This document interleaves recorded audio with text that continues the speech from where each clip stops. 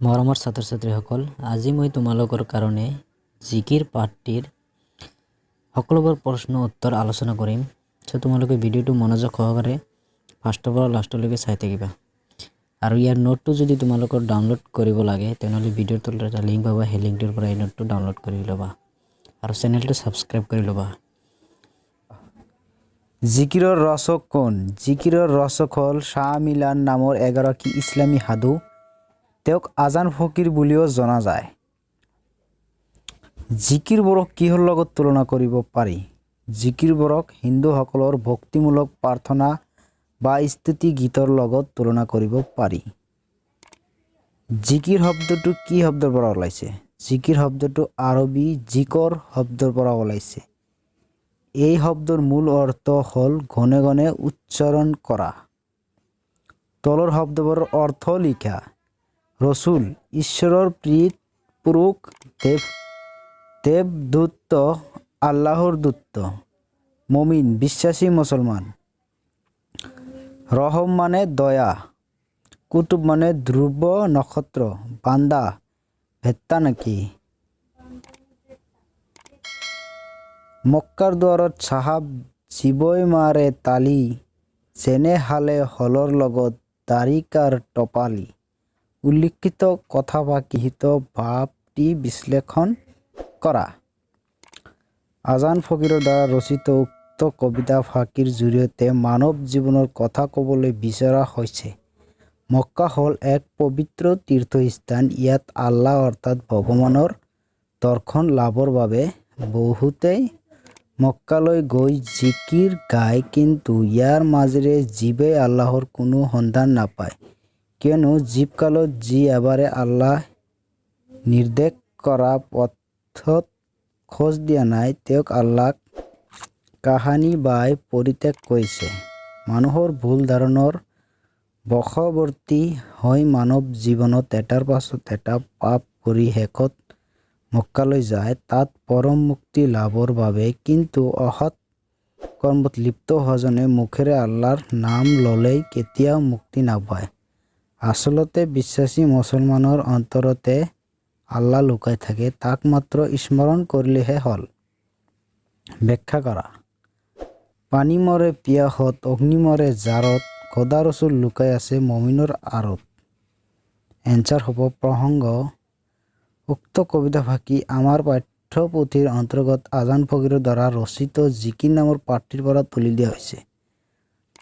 সংগতি। এই পদ ফাঁকিৰ জৰিয়তে আল্লাহ অৰ্থাৎ ভগৱানৰ সান্নিধ্যৰ পদ কিদৰে লাভ কৰিব পাৰি তাকে ক'বলৈ বিচাৰিছে। ব্যাখ্যা। পানীৰ পিয়াহত মৰা আৰু অগ্নিৰ জাৰত মৰা দুয়োটা কথাই অসম্ভৱ, অৰ্থাৎ পানীৰ ভিতৰত নিজৰ পিয়াহ গুচোৱা শক্তি লুকাই আছে, ঠিক তেনেদৰে জুইৰ উত্তাপ শক্তিও নিজৰ ভিতৰত লুকাই আছে, কিন্তু পানী আৰু জুইয়ে নিজৰ শক্তিৰ কথা নাজানে।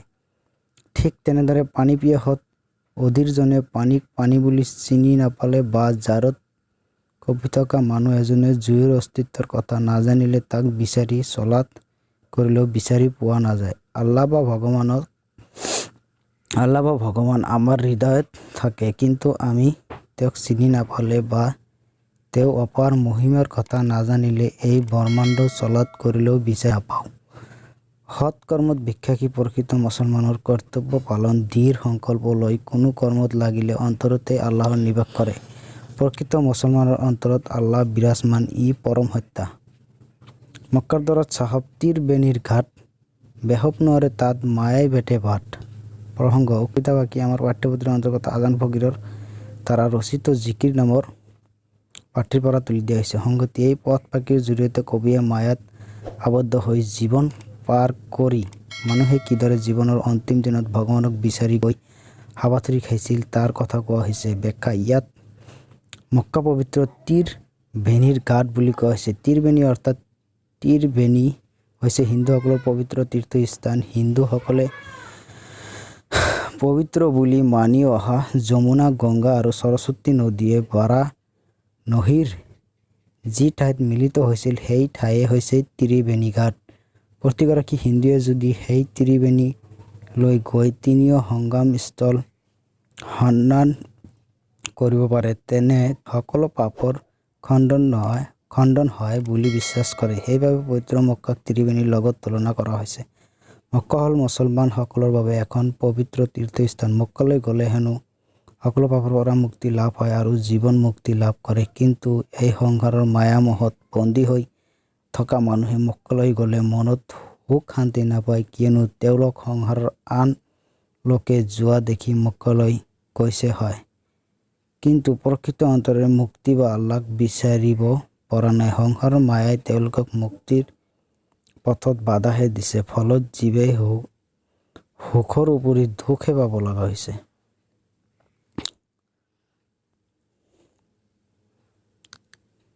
হাজাৰ মইনাটিৰ অনেক যুগতি দেওমাৰি পাৰ হলে এৰিলে প্ৰীতি। প্ৰসংগোক্ত কথাটি আমাৰ পাঠ্যপুথিৰ অন্তৰ্গত আজান ফকীৰৰ দ্বাৰা ৰচিত জিকিৰ নামৰ পাঠটিৰ পৰা তুলি দিয়া হৈছে।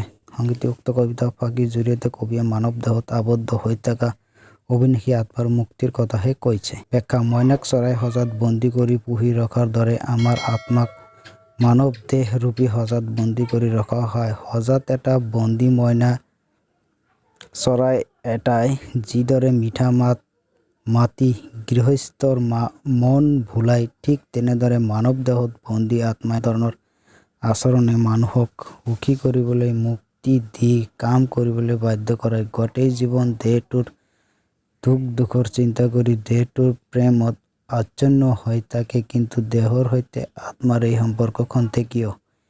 এই সম্পৰ্কটো ছেদ হলে আত্মা দেহ ত্যাগ কৰে। জীৱহীন দেহ এটা মূল্যহীন, গতিকে আত্মা বা জীৱন দেহক আমি মৃতদেহ হিচাপে পুৰি বা পুতি পেলাওঁ। ইয়াক লৈ আত্মাৰ কোনো দুখ নাথাকে। মৃতদেহৰ পিছত সজা ত্যাগী মইনাই যিদৰে সঁচা আৰু গৃহস্থৰ মৰম চেনেহ প্ৰেম প্ৰীতিৰ পৰা মুক্তি হয়, তেনেদৰে আত্মাই নিজৰ মাতৃ দেহত আৰু সংসাৰৰ মায়া মোহ প্ৰেম প্ৰীতিৰ পৰা মুক্ত হৈ পৰে।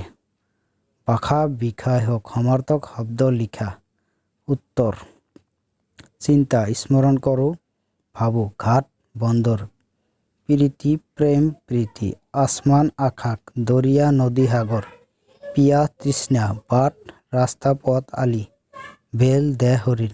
অতিৰিক্ত প্ৰশ্ন উত্তৰ: আজান ফকীৰ কোন শতিকাৰ কবি অনুমান কৰা হৈছে? খ্ৰীষ্টীয় ৭ম শতিকাৰ কবি বুলি অনুমান কৰা হৈছে। আজান ফকীৰৰ প্ৰকৃত নাম কি? হযৰত শ্বাহ মিলন। আজান ফকীৰৰ মৃত্যু ক'ত হৈছিল? দিখৌমুখৰ হৰাগুৰি চাপৰিত মৃত্যু হৈছিল। জিকিৰ সমূহক অসমীয়া কি গীতৰ লগত তুলনা কৰিব পাৰি? স্তুতি গীতৰ লগত। জিকিৰটোত উল্লেখ কৰা আদম কোন? আদম হ'ল আল্লাহ সৃষ্টি কৰা প্ৰথম মানৱ। মক্কাৰ দৰত কি ঘাটৰ লগত তুলনা কৰা হৈছে? ত্ৰিবেণী ঘাটৰ লগত তুলনা কৰা হৈছে।